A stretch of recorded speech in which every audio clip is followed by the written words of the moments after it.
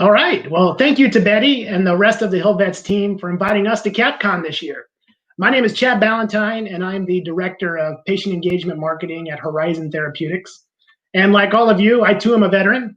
I served as an E4 in the U.S. Army Reserves from 93 to '01, right between the two Iraq wars. In fact, I think it was within a couple of weeks on the bookends.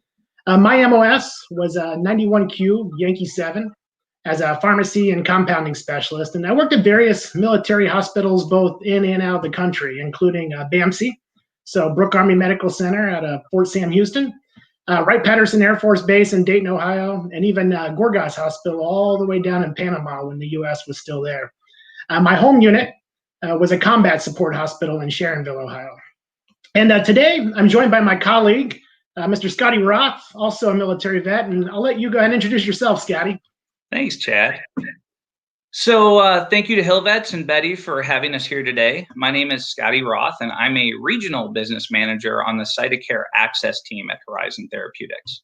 So just like a lot of you and Chad, I enlisted in the military, the Navy, right out of high school in 1999, where I served as a hospital corpsman. I spent the majority of my time as a greenside corpsman with the U.S. Marines. I was stationed in Okinawa, where I deployed with the 31st Marine Expeditionary Unit, Camp Pendleton, supporting the 1st Marine Division, which included a deployment to Iraq in 2003, and ended my enlistment at the Naval Training Center in the Chicago area, which I proudly call home today, in 2005. The military gave me a lot of skills. It gave me skills to adapt, handle adversity, lead teams, and most importantly, the concept of service. So at Horizon Therapeutics, Chad and I co-lead a veteran community, which is a group of employee veterans and veteran supporters. For those of you who may not be familiar with Horizon, we're a mid-sized biopharmaceutical company with approximately 1,300 employees and a company who prioritizes veteran employee engagement. Yeah, and a great example of this was on Veterans Day last year, where we raised the U.S. flag to revelry. I played the trumpet, so a shout out to those in attendance who endured that, and in a blizzard nonetheless too. We also raised the POW MIA flag that morning and paid a moment of respect for those who gave their lives for our country and our freedom. That same day, Horizon participated in an Honor Our Own initiative by highlighting the service of all our veterans employed across the organization. And to support those outside Horizon, the entire company came together to prepare and provide packages for troops overseas. Today, we further advance those efforts with veterans, with Scotty and I both sitting on our newly formed RISE leadership team. Now, RISE is our platform for inclusion, diversity, equality, and allyship at Horizon. And just like our company name, RISE signifies the beginning of a new day. We believe that when people from different backgrounds stand together, we rise together. And as all of you know, the U.S. military is a perfect example of this successful philosophy, representing by far one of the most diverse workforces in the world. At Horizon, we embrace the bold ideas of one another, foster a sense of belonging, and value diversity of thought to fuel innovation and achieve life-changing solutions for the patients we serve. Yeah. And so the veterans have provided critical input that has led to the enhancements to key organizational plans and programs. So we're doing a few things, and some of those meaningful developments include driving awareness. With input from our veterans, we've identified important dates that we'll commemorate and communicate internally and on external channels to reinforce our commitment and support. Fostering engagement. So through the RISE program that Chad was talking about, our inclusion and diversity program, our veterans will get together and network and create a community where they can support each other and engage with organizational allies. We're focusing on their development. We're developing an internal mentorship program, which our veterans can utilize. And then lastly, attracting talent. We have a partnership with an organization that promotes career opportunities to over 15 well-known veteran organizations, which includes the Disabled Veterans, Easter SEALs, and Enable America. We also partner with LinkedIn to create campaigns that allow veterans to know our Horizon brand and become familiar with those job opportunities. We feel fortunate to be a part of the Horizon family, one that clearly values both the experience and critical input from our veterans. With that, we thank you for your time today, and it's my honor to introduce the next panel discussion, Laying Down the Sword, focusing on talent retention and mental resilience while navigating military transitions, which is being moderated by J.J. Johnson, HillVets' lead protege. Thank you all for your time today.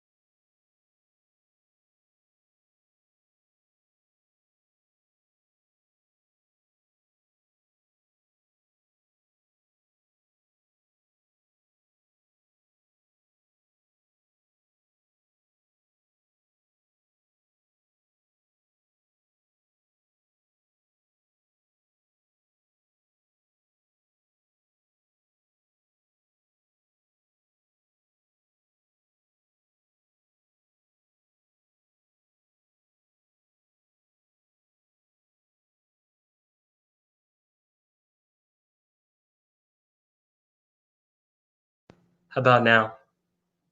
Good? That looks good. I think I see green. Yes, someone said yes. Perfect. All right, crisis averted. All right, cool. So once again, welcome to the HillVets CAPCON Defense Panel, laying down a sword, focusing on talent retention and mental resilience while navigating military transitions. We'll spend the next 55 minutes or so focusing on our central theme of community and taking care of service members' well-being and creating a framework for future workforce sustainment. I'll be a moderator for this session, Lieutenant Colonel J.J. Johnson, and I'll be representing the collective efforts of my other colleagues of the Defense Fire Team, Nathan Poole, Mark Iwaku, Mike Hilbane, and John Rhodes. For this panel, we'll have two focus areas. First, there's the overarching theme of communities and the different expectations, support mechanisms, and just roles that is required for each community. Primarily, we'll be focusing on the pre-service life as a civilian, the military community, and then touch a little bit on leaving the military community. Now, my colleagues on the veterans panel will touch a lot more on the post-military life, even though our conversations here for this panel might touch on it briefly here and there.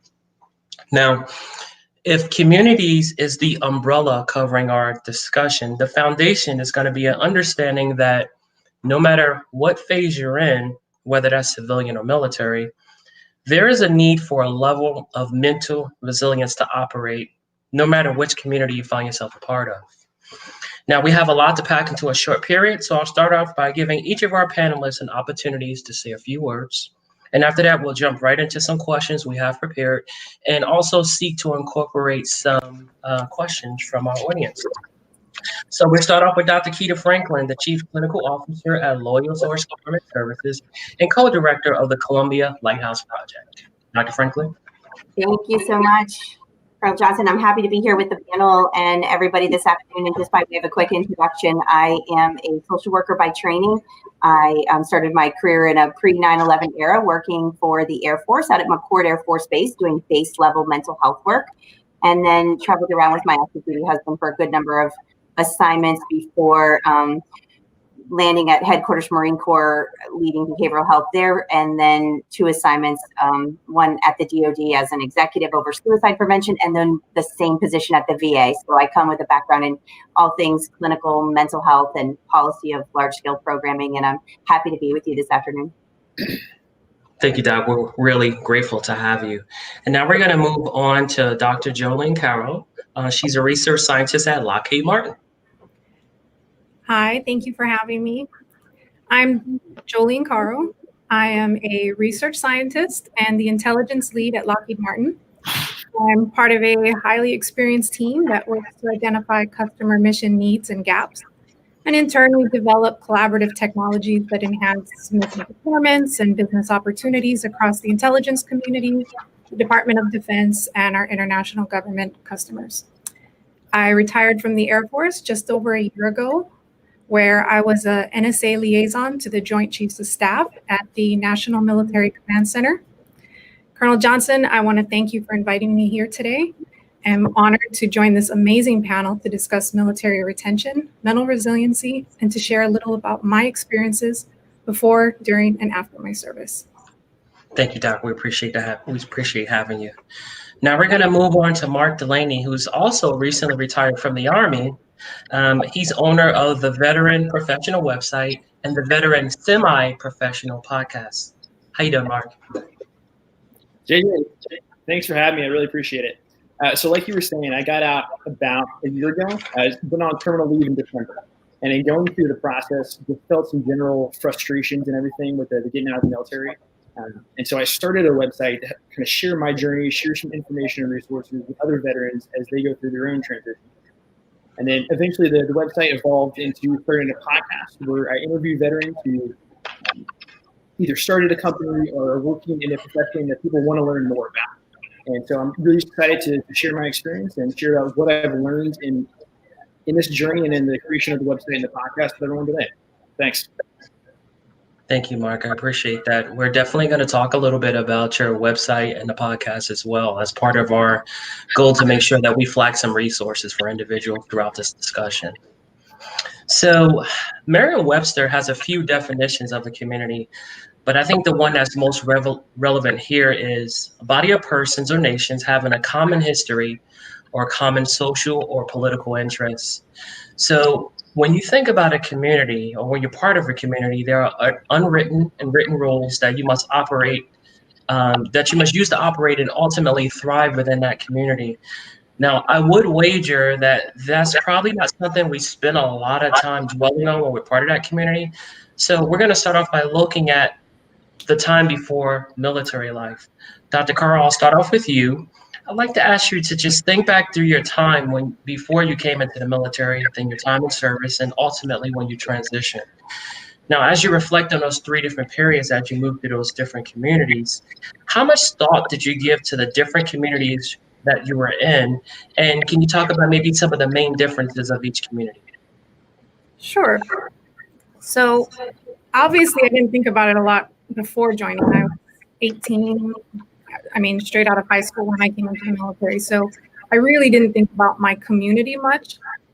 But you definitely notice it when you're in basic training, and I had a Hawaiian accent, and there was a girl with a Wisconsin accent, and we sat there and we couldn't stop laughing because I did not understand a word she was saying, and she didn't understand anything I was saying. And you sort of realize like where you come from is very different from where you're at and the people that are surrounding you in that moment. And you realize that the community you had before coming into the military is very different from the one that you're now a part of. And it's extremely diverse in the military. When you leave home, you might think that you're diverse because everyone's different, but you're all from the same place. You all have the same experiences, and you're very, very similar in many ways.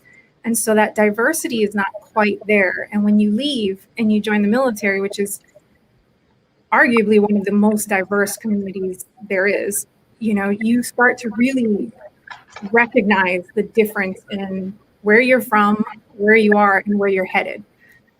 And then you kind of go through your military career, and the military community is just your new community. You don't think much about it again until you're starting to sort of transition out of the military. And you're looking at, well, what career do I want to move into? Do I want to stay within the defense field? Do I want to go into a government job where I'll be still doing very similar work with very similar people, or in most cases with the same people?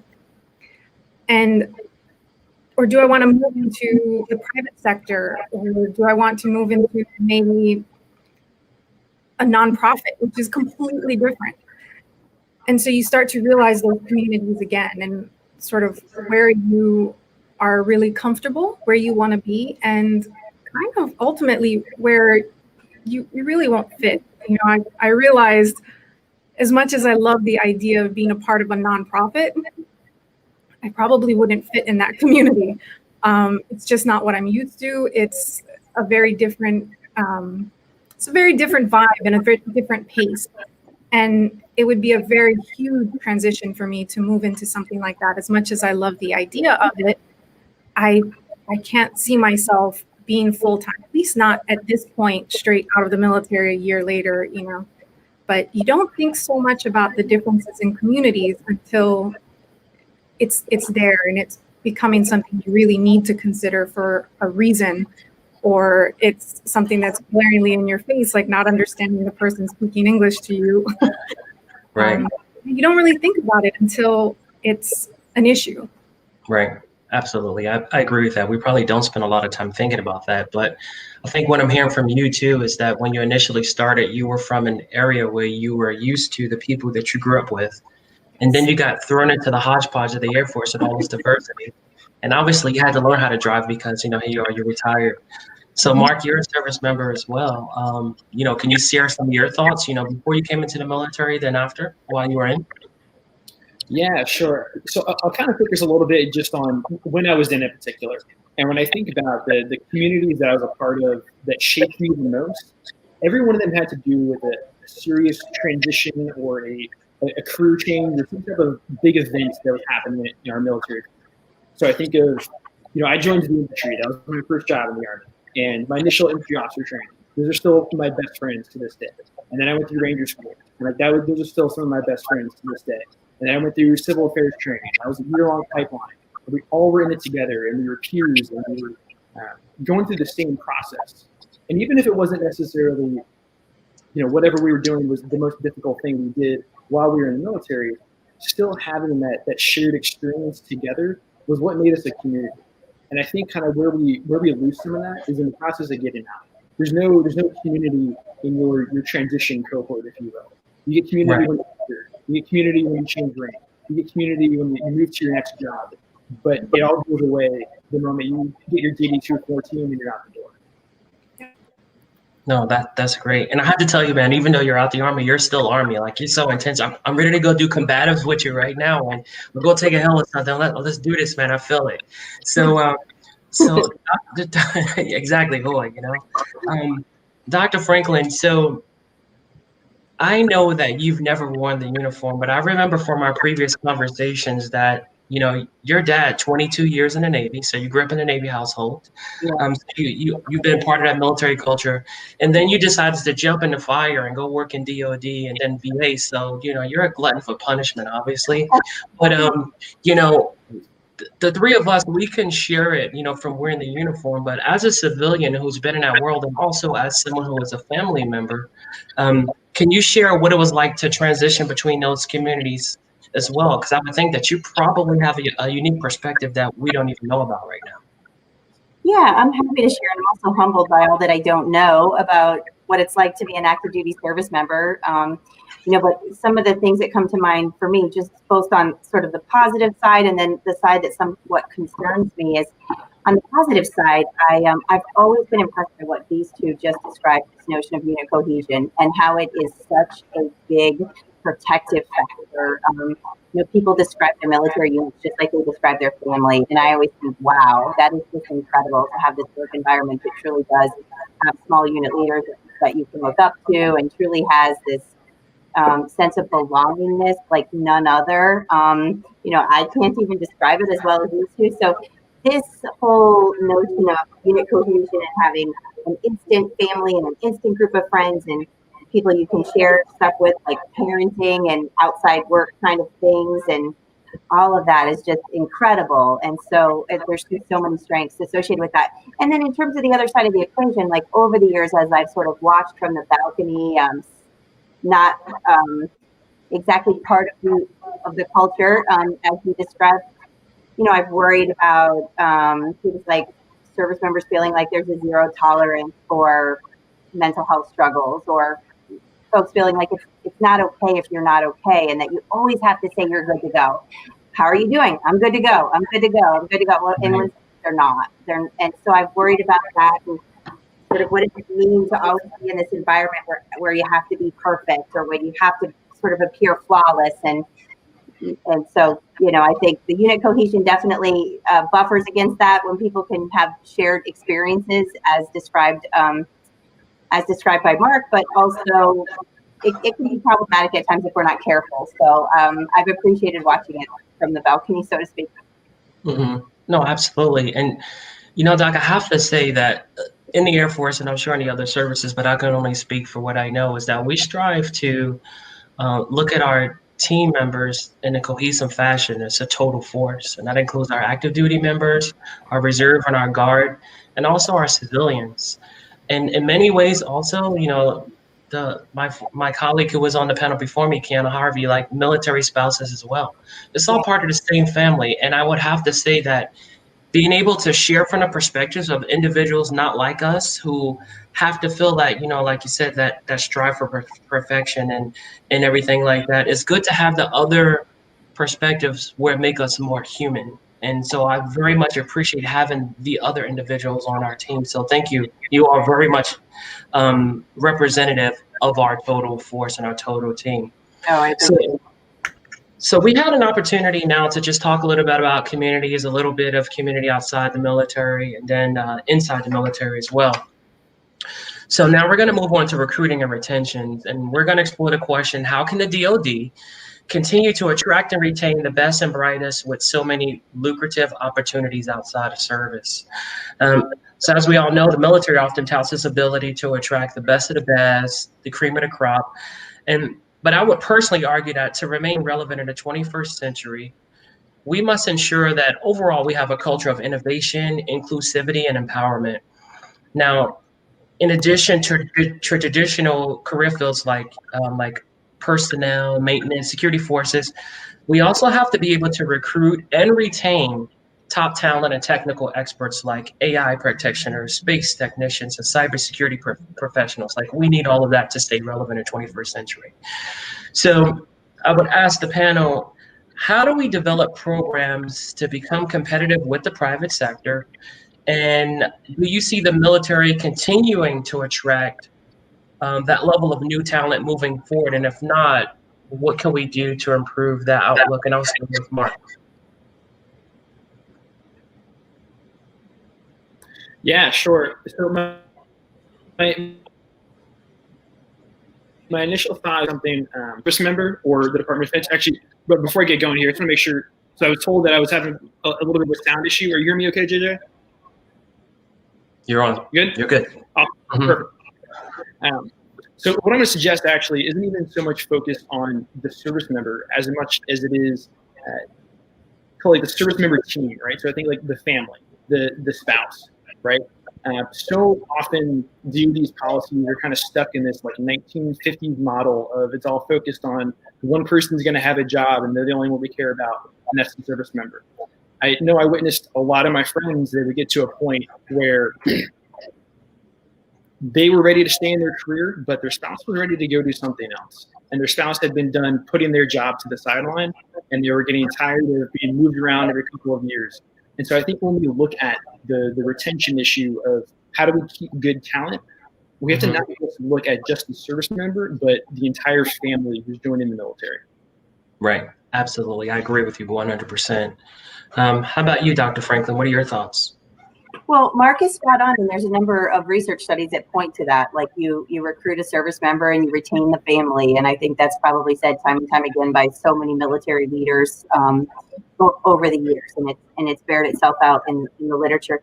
The other thing that I think about with regard to retention and sort of moving forward in a post-2020, 2021 kind of environment is just some of the lessons that I've learned as part of COVID and this pandemic. Like, we've got to get the military workforce to a place where they're flexible in terms of their ability to execute. And so despite the fact that everybody, myself included, we see the military as folks that are able to be tactical and quick and get to the front line and take care of the mission and the duty as it applies to wartime environments. But here, when they're back in garrison and the COVID hits, we need service members to be on telework if they can, if they're not dealing with secure information. We need them to be perhaps flexible with their hours, where maybe they work 4 hours in the morning and then 4 hours later in the afternoon, and they homeschool during the day. And all of that, I think, is new to the services. And I'd be curious to hear what Jolene thinks on that as well. I can't imagine what it would be like at this point to be in the service. And I come from the intelligence field, so I have no idea how they're working with COVID from home. I can't imagine a scenario where you can still do a classified job in an unclassified environment. Sure. So, I mean, hats off to anyone who's working in that environment right now and has figured out some sort of way to do that. But I think this has brought to light a lot of what people worry about in the military. At least as someone coming from that field, it was something I always worried about. What happens when we can't go to work one day, or if something comes up that I'm no longer able to do this job in the office? You know, you worry about that. And it is one of the things that you think about when it's time to re-enlist or to decide whether you're going to stay in or get out. And for me, I didn't get married until I was much older, so I didn't have to worry as much about, you know, that side of retaining my family and ensuring that my husband was still happy being a military spouse. But I did think a lot about, you know, do I want to continue to move around? Do I want to continue to not have that stability? And as you get older, those things matter. And so I think attracting that top talent is easy. Retaining them is where the real problem is. As you get older, you want stability. As you get married or have children, you want to be able to provide them that sort of stable life. And there's some really great aspects to being in the military and to even raising your family in the military. How many kids can at 18 years old say that they lived in 6, 7 different countries or traveled the world and did all these things, and there's an upside, but how many of those kids are just devastated when they have to leave school in the middle of the year, or they don't get to finish their senior year with all of their friends because they have to move, or a family that gets separated because their child is in their senior year of high school and they don't want to move. There's a lot of things that I think retention, that becomes a problem with retention, and it's not the attraction of talent or the attraction of any other company that may be looking at the military members to sort of lure them away, or that they may be looking at better or bigger jobs. I think it has a lot to do with that home life and finding that stability. And I think that that's something that needs to be addressed. Moving every 2 or 3 years, that's hard. And it's not always good for the unit either, because you lose that continuity in, your workforce. So, and it's expensive. So there is a big upside to allowing people to stay longer periods of time at their one duty station. And I think that's something that needs to be looked at, because that's a big part of what could help keep people in, providing that stability for their family. Yeah, I think that you make a good point, and your points run very much in line with what Dr. Franklin said. I believe that you said you recruit the person, but you retain the family. I'm going to completely use that. I'll make sure I give you credit for it, but I will use that up. I think it's a great bumper sticker because it's so true. It's indicative of truly what the military lifestyle is.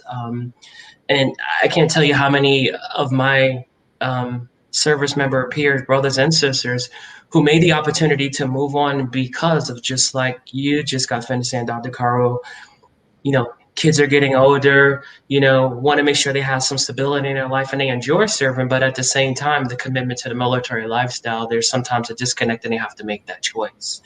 And looking backwards, that's some of the things that, happen. The military has done a number of different programs to try to combat that, but, it's still an issue. But as we look backward, I want to share something with the panel that I read, and talk a little bit about the future. So I recently read a report by the Institute for the Future and Dell Technologies, and they looked at the workforce of 2030, so 10 years from now. So and this was civilian, but I put it in a military construct for myself.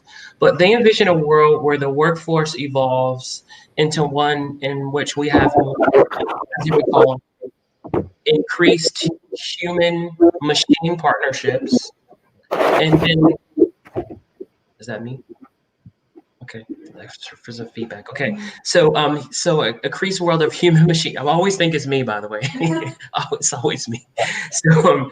But like I said, they envision a world where there's increased human machine partnerships, and then there's also a shift towards inclusive, empowered workers who are part of decisions, and a workforce that also has AI fluency.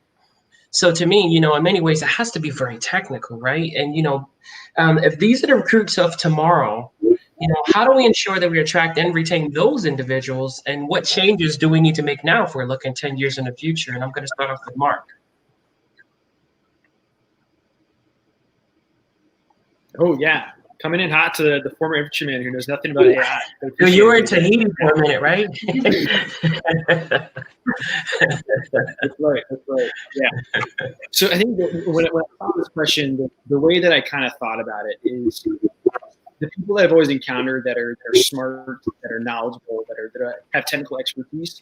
First and foremost, they want to know that knowledge is going to be put to use, and they want to know that their voice is going to be heard, and they want to know that the skills that they've worked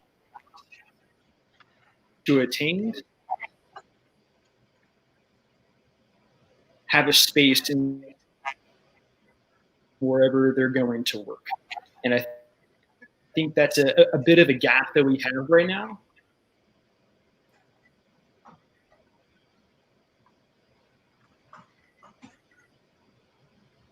Okay, so his internet's fucked up. Okay. So what I'm going to do is I'm going to Between shift. availability of talent and the Yeah, there he ability is. to apply that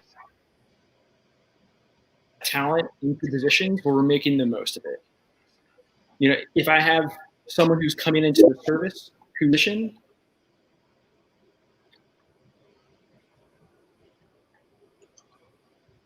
Okay. So the last thing we really heard from you was gaps. And I'm going to say right now, there's some gaps in your internet, right? So it's all good, man. It happens to all of us. So what I'm going to do is I'm going to ask Dr. Franklin to pipe in if that's cool. Sure, the same question. Yes. So basically, the question is, if we're looking at a future, people are empowered, AI fluent, 10 years in the future, they want to be part of the decision process.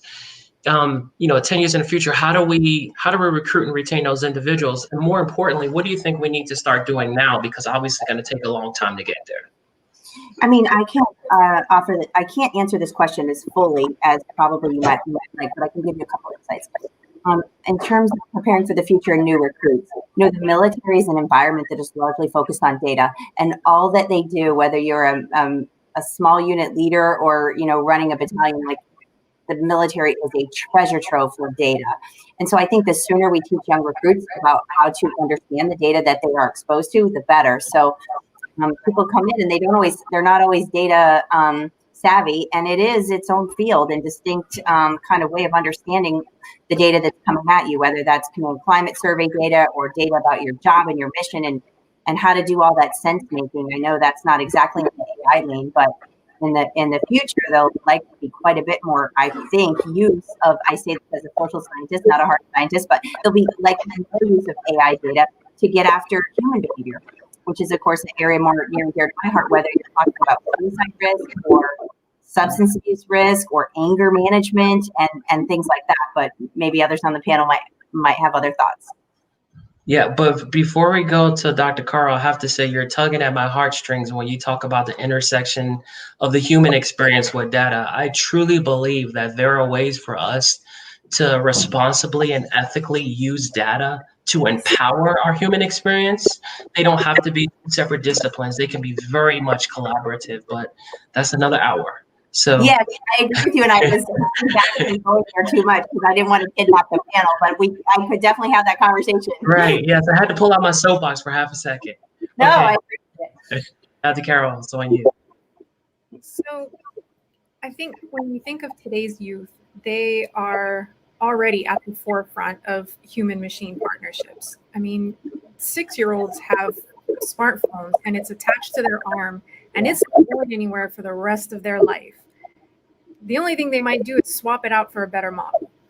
And so we have to take that into consideration. They are, they're the future of our military, and they're the ones who know the most about everything there is to do about technology. And so they know the positives and the negatives. By the time they join, they know the good that can be used for it and the bad.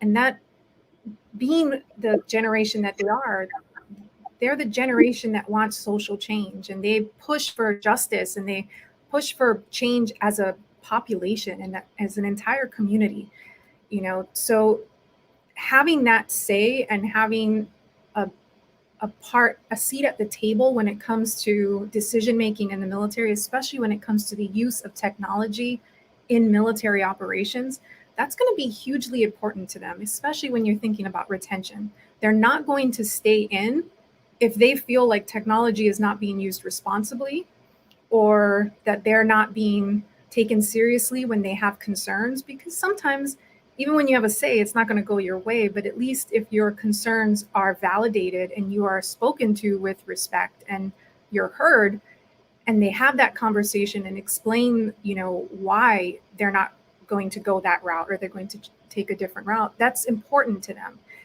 Being heard is just as important as getting your way at times. And so I think that that's sort of the big piece with, human machine partnerships and the workforce of 2030. advanced technologies, they can get anywhere. Google, Microsoft, they're going to get a lot of great things there. But the military has a phenomenal mission. It's to protect and serve, and many people want to be a part of that mission, but they want to make sure that when they're a part of it, it's done in an ethical way, and that they have a say to ensure that they feel good morally about what they're doing. And if they don't have a voice, that's going to be a problem for our next generation. No, those are all very valid points. I mean, I can very much remember or just recall young airmen coming into the squadron, and we get a new program rollout, a new computer system, and all of the officers and NCOs are standing around scratching our head. And here's this one stripe who's like, what's your account? And the thing is, and then we have a tendency to take those individuals who's a vital resource and just kind of like move them to a side because they're an airman or, they're a young regular person or something. But I think what I hear from you is that they want to be a part of whatever process. They want to feel empowered, and they want to be able to take some of the cultural norms they have from the outside and bring that in. So in order for us to keep people in the military, they have to kind of see that I can still be myself, or whatever that identity of self was when you were civilian, again, transition from that community and bring that in and be able to have that, but be part of the process. So now that's very, very insightful. And thank you for sharing that. So now what we're going to do is we're going to move a little bit to transitions. Like I said earlier, the Veterans Panel is really going to focus a lot on transitions. But what I want to do is talk a little bit about the transition while you're in the military and, the actual process while you're in the military. I haven't, retired, obviously, but I worked in the Pentagon on my last job, and I can't tell you how many of my peers I see go through the process, and I'm like, wow, they're like, this is a beast, And so what I would like to do is focus on that, especially for you, Dr. Caro, and you, Mark, who just basically went through the process. So the big picture I want to talk about is like, from your observations, like what DOD can do to improve the process. And are you aware of any programs that you thought were extremely helpful? And I'm gonna start off with you, Dr. Caro, because I remember something that we said in our conversation that I flagged, and it basically said that you were in the military and going through your process of transition, and then the reality of transition hit you. And we never really had a chance to talk about that, but I could imagine that there's other individuals who probably have a little bit of that now, and I'd like you to talk through that a little if you could. Sure. So being in the military, my entire time was spent doing my job, learning my job, becoming an expert in my job, and going to school. So, and Keita can speak to this, but getting a PhD takes everything and then some. And I was doing it while working. And so I didn't think about my transition. I had other things on my plate, and my transition was down the road. And then all of a sudden it was just there, and there was this process that I had to go through, and I hadn't taken a lot of time to consider it. And I was now almost 2 years out, and I said, okay, well, where am I going to be? What am I going to do? I have no idea. I had been in school. All I had been doing was finishing these goals, and I had these little milestones that I needed to hit. And I never really thought about the transition. And then it was this reality of what happens if I did all of this and I don't get a job? What happens if I get out of the military, and how great it is I have a PhD and no one wants to hire me? And that's like an awful reality that you have to sort of face, that what if you didn't do everything right? Because there's no one there to tell you whether or not you've done it right. And you go through that TAPS program, or for anyone who doesn't know, the Transition Assistance Program. When you go through it, it's like drinking through a fire hose. They just give you so much information, and it's just on and on and on for the entire week. And you walk away with all these books and all of these things and 8 hours worth of every possible VA benefit that you didn't even know existed. And you walk out and you're like, okay, well, I'm more confused now than I was when I walked through the door. I'm less confident now than I was walking into this room.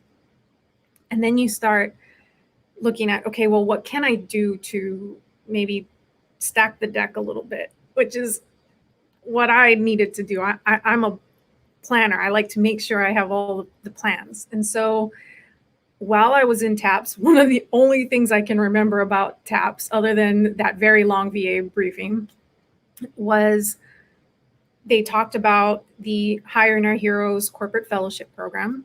And so I was like, I'm going to look at this because it's a Skills Bridge program, which I think Mark is going to speak to a little bit. But the Skills Bridge program basically gave me an opportunity to see if there were any companies that were even interested in me and do like a 12-week fellowship trial period. And so they've send out your very generic resume, which I know now that I'm seeing everyone else's resume is just awful. Everyone's resume coming out is just terrible. Mine was awful. Everyone's is terrible.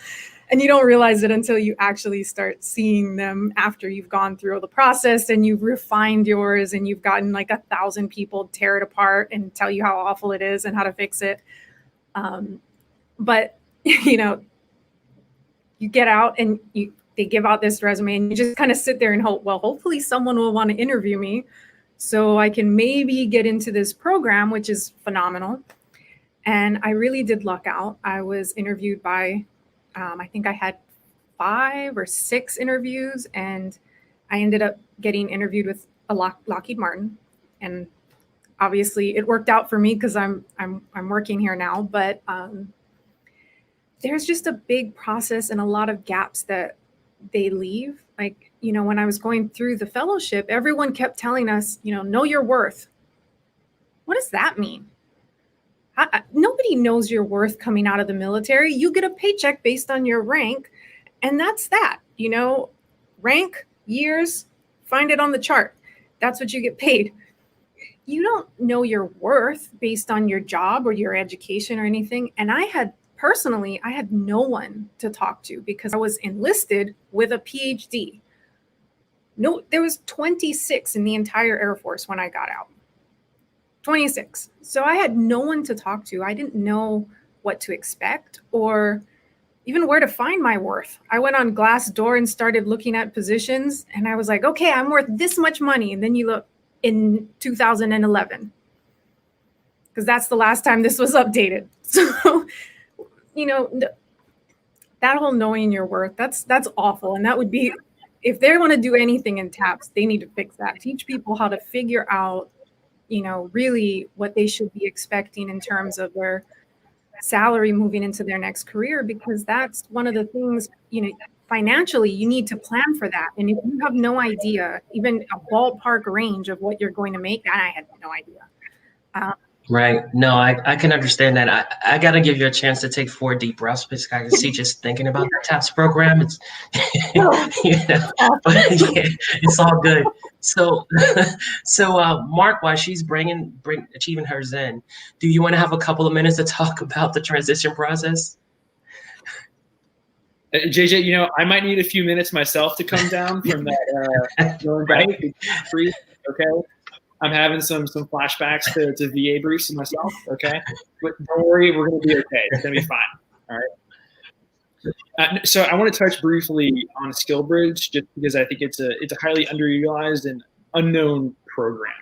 And so for those people who aren't familiar with it, essentially what it is, and I apologize, this is kind of geared towards active duty. I don't know all the regulations for guards and reserves, but at least for active duty, in your last 180 days on active duty, you can go work at a regular job. And it can be a private company, it could be a nonprofit.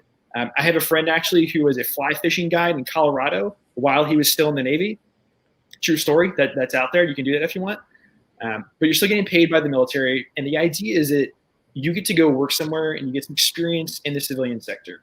And not only is it beneficial from getting kind of that skill and that comfort in working in the civilian world, but it helps with that mental transition. I found myself during that period starting to shed, you know, Captain Delaney and starting to transition back into just Mark Delaney, ready to step back out in the civilian world. And so I just like to highlight that program because I think it's underused and a lot of people don't know about it. The one major stumbling block from a policy perspective when it comes to SkillBridge is when it comes to housing. And it has to deal with, if you find an opportunity outside of your driving range of base, you're now going to be responsible for paying for that. Now, I don't know if this is necessarily something that DoD is going to have the money for or whatever, but I know that can be a major hindrance in people executing this program, and it's a tremendous program, and so I want as many people as possible to take advantage of it. Absolutely. No, thank you. That's really good. So essentially, what you're saying is, again, adding those resources, your Veterans Professional website, SkillBridge, the Leader Transition Institute, Hiring Our Heroes, those are all resources, right? So, but what I'm hearing from you, Mark, is something I definitely want to take a note of, is the fact that even though this DoD SkillBridge program is fantastic, one of the lost pieces is the fact that, being able to have the housing available for individuals who want to take part of it. It's good to know. Maybe not so much relevant right now in the virtual space, but I could see long-term, big picture, that being an issue. So now, guys, it's 4:10. We have to be finished at 4:20, so we have 10 minutes. What I want to do is this. In the beginning of the conversation, we're going to transition now. In the beginning of the conversation, we mentioned how the foundation of everything that we talk about is mental resiliency. So that for the military, that requires addressing culture, certain stigmas that are attached to mental health issues. Now, I don't want to be too simplistic for such a complex issue, but in the interest of time, I'm going to say that it's necessary at the baseline to create a supportive network at every echelon and ensure readily available resources for military members that are struggling, or even non-struggling members, right? So right now, as we're all tracking, suicide is a major issue in this country, particularly in the military and veteran populations. I just read last night that the initial data is showing that right now, we're at a 20% increase from last year, and presumably, at least the initial data is showing this because of COVID and the increased disconnection and things that people are undergoing and experiencing. It just heightens all of the different underlying causes of individuals who may die by suicide. So, Dr. Franklin, I want to lean heavily on you, especially given your expertise. So, in your government service, you led efforts across the DoD, NVA, and suicide prevention, mental health, substance abuse. And I noticed something that stuck out to me is that you did work to clarify and identify critical periods of risk for service members and veterans, right? So, two-part question. Number one, do you think we're in a period of critical risk right now? I mean, I would think so, but I don't have your pedigree, so I don't know. But are we right now in an area of increased risk? And also, given what you know, and please pull a string a little bit on your data piece, like what would a suicide prevention program look like for the military right now, in your opinion? Sure, definitely. I appreciate you including this on your panel today, because I know that these conversations are not always as I might want them to be. But in terms of the critical period of risk, first I offer to you sort of goes back to the prior conversation with my co-panelists here talking about periods of transition. So know that periods of transition are a risk factor for suicide. And, early on in my time in the system, we used to think about this in the context of the first 12 months after somebody leaves active duty as that being a critical period of suicide risk. And in part, we thought about it in the context of all that we know that service members lose when they leave the military in terms of a connectedness to a unit and perhaps a feeling of mission and purpose and belongingness, whether you were responsible for this small little piece and putting it on an airplane. The Air Force has this mission to, win wars and use airplanes to do it, or however the active duty folks would probably say it different than that. But you know what I'm talking about. They know their mission and they know how it fits into the bigger puzzle in the context of safety and security for the nation. And so when they lose that becomes a critical period of risk, as you describe it. And so we're wanting to make sure that they get involved in civilian jobs that equally so they feel a sense of purpose and the same sense of mission and belongingness and the same sense of drive. I mean, as a social worker, I know I feel it in my profession, but we definitely want veterans to go into jobs that they feel that. And fast forward many years down the road, we see that it's not just the first 12 months that are a period of risk, it's actually the first 5 years. So the first 5 years of becoming a veteran are clumsy and can be a bumpy time for folks and can be a period of critical risk. So couple that with what's going on across the nation right now, across the globe, I guess I should say, with the pandemic. This is another period of critical risk. And I know we saw 2 reports come out on the media this week about active duty suicide rates have gone up by 20%. Equally so, I think there was a report that came out about the Army alone having rates increased by 30%. And, I think it's sometimes always easy to pick on the Army with them being the biggest service branch. They often, see the most, they carry the most share of the DoD issues when you're looking at the data. And so some of the things that we're seeing on the horizon right now in terms of periods of critical risk have a lot to do with lack of social connectedness. There's this other sort of critical study that the CDC puts out that says loneliness is the equivalent of smoking 15 cigarettes a day in terms of a health outcome. And we don't always think of these, like we call them in the field, social determinants of health, but like isolation and loneliness it can have severe health outcomes if we're not careful. And so to the extent that we've all had to practice social distancing for all the right reasons pushed out by the CDC, we don't want it to be emotional distancing. So it might be physical distancing, but not emotional. We want to be careful by making sure that we're not just having service members come in and check the box and do their job and then go home and social distance, because we still need that same cohesion and camaraderie and sense of belongingness. If they don't feel it, we're going to suffer on the active duty side the impacts of the pandemic, just as the civilians will suffer from it as well. The civilian data is not out yet. It often lags 2 years behind. But everything that I'm seeing in the context of reading tea leaves around social isolation and lack of connectedness and concerns for employment, like periods of unpredictability, lead to risk. And so people need to know, I have a job, I have health care, and I have people around me that I can rely on for support at its most basic tenet. And so, for veterans, if their jobs are at risk, if they're unpredictable health care and insurance, it can be a critical period of risk. So I know that was a lot for the first question, and so I'll pause and see. You might want to hear from others on the panel, but I'm also happy to talk more about the other part of the equation. No, I want to say that you pretty much checked a lot of boxes, especially something I never heard about the first 5 years when you're in. A lot of individuals, when they talk about suicide, they think, oh, it's just people coming back from deployment. Oh, it's just young troops, and that's not necessarily the case. The data doesn't support that. So I think it's a big issue. What I will tell you is, right now, I am a Brookings Legislative Fellow working in the Foreign Affairs Committee. And I will tell you that as an active duty military person, I feel overjoyed that there's so many members on both sides of the Hill who are very much dialed into this and want to do something. So I'm all about coming up with different ideas and ways of doing things. And so I very much appreciate that. And I just to brag on you a bit, you have a great reputation on the Hill as being a truth sayer, and very much appreciate that. One thing I would just like to point out is that I think that it's important for the military to also look at culture, culture of mental health. Like, for instance, the gym is my drug of choice. I know that Dr. Caro, she's a workout goddess, and I would assume that Mark, former airborne guy, probably starts off the day with burpees. And in the military, we're awesome because of that. But you let one of us say that we have an issue, and then all of a sudden we're called into question. So I think that there has to be a discussion around that as well. So we now have 2 minutes. And I would like to give everyone just an opportunity to say whatever they want to say, very quickly. And I'll start off with Mark.